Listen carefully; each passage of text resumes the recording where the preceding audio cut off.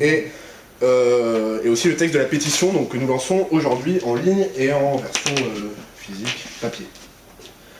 Alors, le but aussi de cette conférence de presse, c'est de démontrer que nous, les identitaires, Nissa Rebella, moi-même, pendant que certains en sont à se battre, à se débattre, à se démener, pour avoir une place sur une liste, pour faire partie de l'équipe éventuellement, du staff d'une liste. Je rappelle que certains postes, quand on s'en occupe, sont rémunérés notamment, parfois bien rémunérés. Pendant que d'autres sont en train de deviser sur les rapports de force éventuels pour savoir à quel rang serait sur une liste, 2e, 5e, 12e, ce qui évidemment, en cas d'élection, peut avoir une certaine importance. Nous, on continue de se battre pour Nice et pour les Niçois.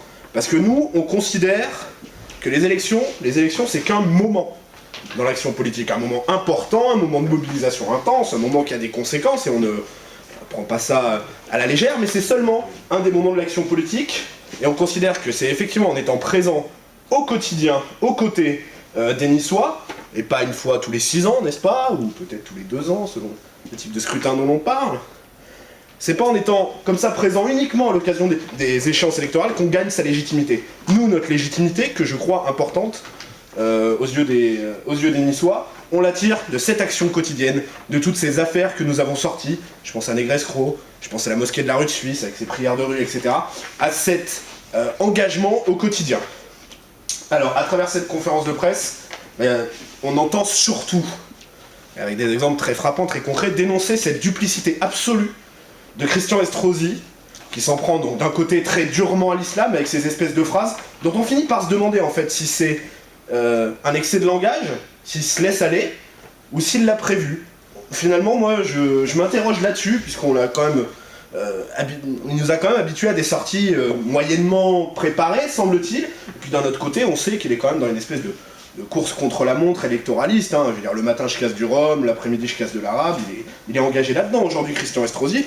D'ailleurs, SOS Racisme semble ne pas s'y être trompé, ce qui est assez étonnant, puisque moi, quand je repense aux commentaires de Christian Estrosi à l'encontre des identitaires, disant les horribles personnages que nous sommes, je le vois aujourd'hui poursuivi par SOS Racisme, je me demande si moi aussi, peut-être, un jour dans vos colonnes, je n'expliquerai pas que monsieur Christian Estrosi est quelqu'un d'infréquentable, qui tient des propos tout à fait ahurissants sur les Roms, qu'il confond d'ailleurs, comme beaucoup de gens lui ont rappelé, les gitans, les gens du voyage, et les Roms, c'est quand même assez inquiétant pour un responsable politique qui a été ministre.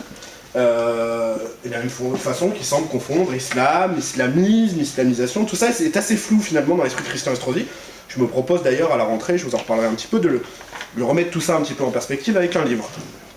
Alors, donc, cette duplicité de Christian Estrosi, c'est laquelle? C'est de s'en prendre d'une main durement à l'islam, en expliquant tout simplement, tout de go, que l'islam n'est pas compatible avec la démocratie. Voilà, là on est dans du très clair, très précis, on l'attendrait même pas d'un horrible Vardon.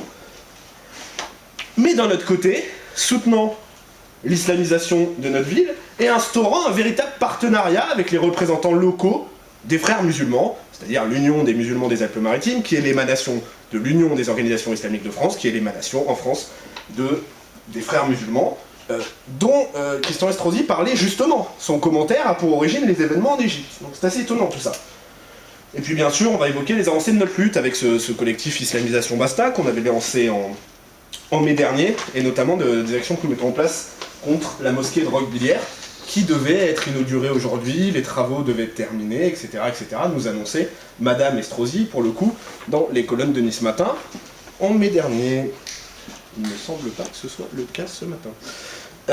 Alors, à propos, dans un premier temps, des déclarations de Christian Estrosi sur l'islam.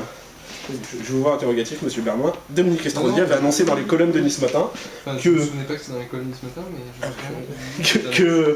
Qu'effectivement, voilà, mais les travaux tout devait ont pas commencé, je crois. Ah bah ça, je ne sais pas, c'est la responsabilité de la municipalité. En effet, il semblerait, en tout cas, quand je suis allé visiter les lieux hier, qu'on soit pas sur le point d'y célébrer le ramadan, en effet.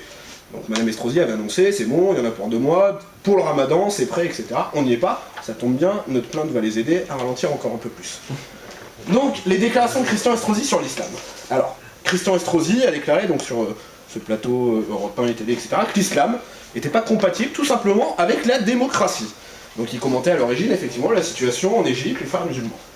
Alors, comme il disait dans ce communiqué, c'est des déclarations qui ont de quoi grandement étonner les Niçois, grandement étonner les adversaires déterminée de Christian Estrosi, mais aussi de la dérive islamiste, mais aussi de l'islamisation de notre ville que nous sommes. Car on se rappelle que Christian Estrosi est depuis 2006, et ça remonte. C'était d'ailleurs à l'époque une manière de se positionner par rapport au maire de la ville de Nice qui était Jacques Tarrat, un soutien de la construction de mosquées dans notre ville. En 2006, il était pour une grande mosquée centrale, et puis petit à petit, il a évolué.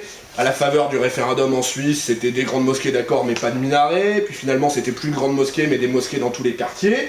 Des mosquées dans tous les quartiers qui nous amènent aujourd'hui à avoir quand même 18 lieux de culte musulmans à Nice.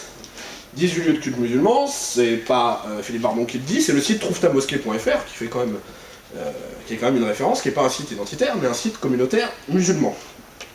Christian Estrosi, il n'est pas étranger, puisqu'un certain nombre de ces lieux de culte se sont développés sous son mandat, et c'est lui qui a notamment instauré cette logique de mosquée de proximité, quelque part, de mosquée de quartier. Nous, au municipal de 2008, on demandait plutôt des commissariats de police